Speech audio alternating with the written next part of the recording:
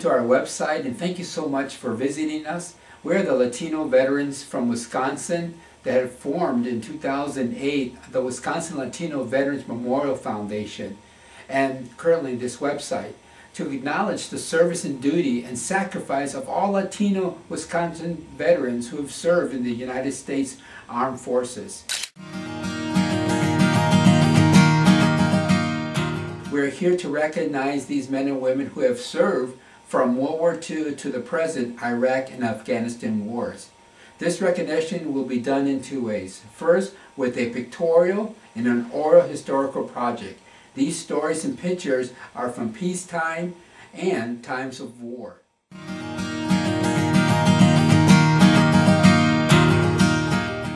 Second, we want to recognize Latino veterans who've paid the ultimate sacrifice, and also those who were prisoners of war and those who have passed away. We will recognize them by building a memorial to honor their duty.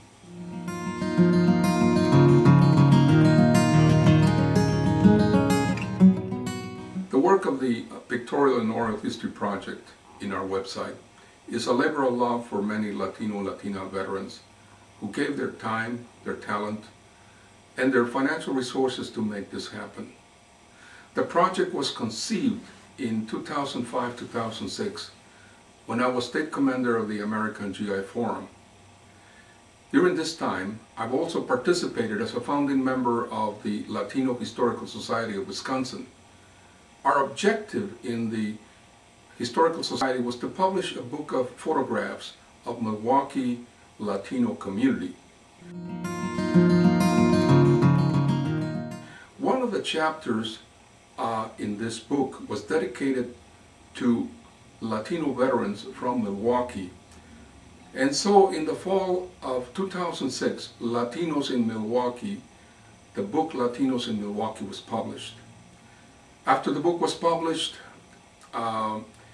Ken Burns, a filmmaker by the name of Ken Burns, was making a film about World War II called The War. On April 17, 2007, Latinos who previewed the film discovered that it excluded Latino soldiers and especially Latino Medal of Honor recipients. This entire episode made me reevaluate how the military contributions of Latino veterans are often overlooked. But more important, it made me see that any recognition of Latinos in the military depends on people like you and I.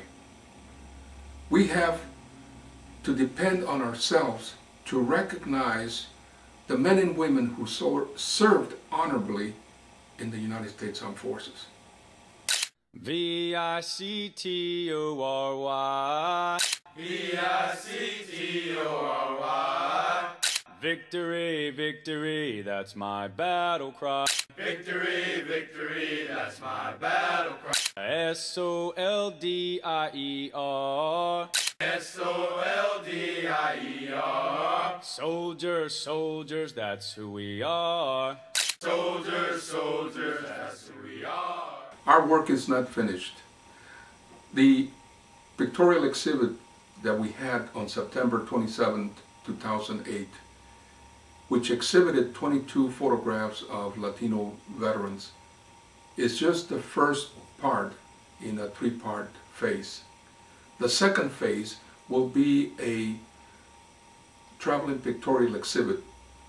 In this traveling pictorial exhibit, we will have between 40 to 60 photographs of Latino veterans, and we will be taking them to different parts of Wisconsin.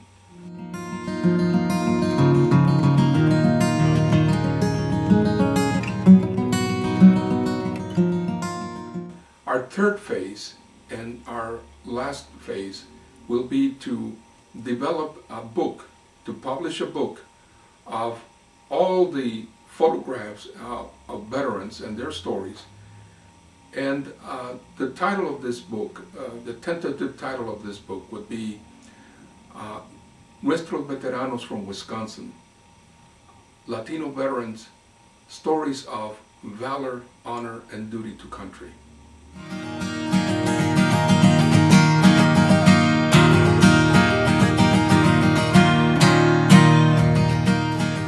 many families arrived in Wisconsin in the mid to late 1920s.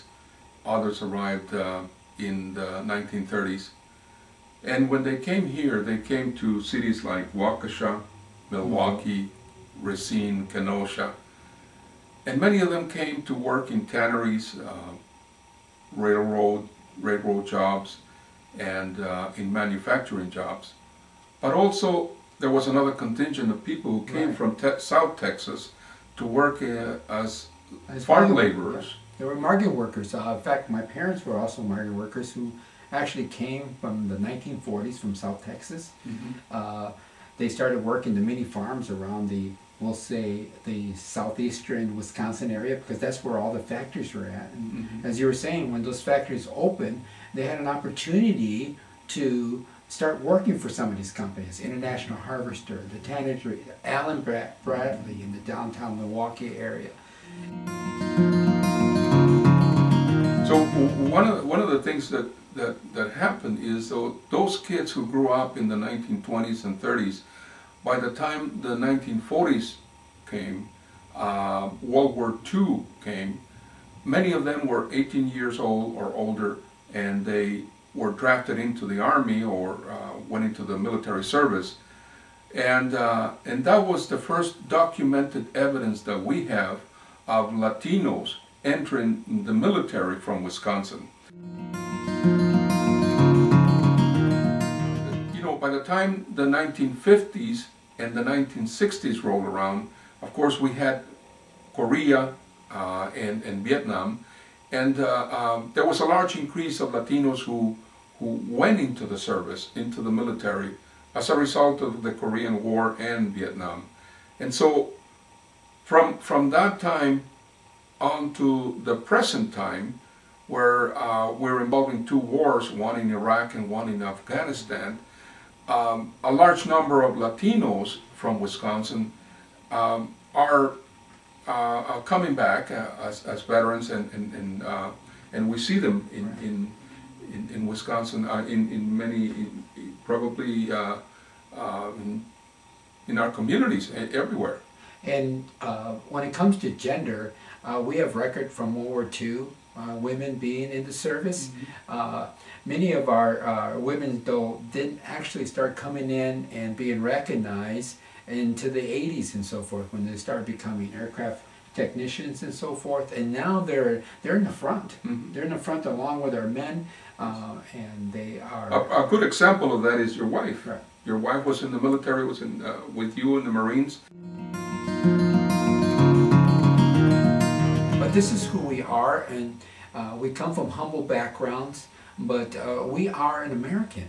We're Americans, and we're here to serve our armed forces for our country, and we're proud to be here, and we just want to share these stories with the public, and we're excited. We're excited because so many things are happening right now, Juan, that the stories are coming out, people are opening up, and we are allowing schools, we're allowing the general public, we're allowing different organizations to know who we are and what we're about, and we're moving forward. And we're actually hoping that this here will actually rub off and go to other states that are willing to recognize our Latinos. Though we're Latinos, we must always let everyone know we're Americans. Yes. And we don't see ourselves nothing else but Americans with Latino blood.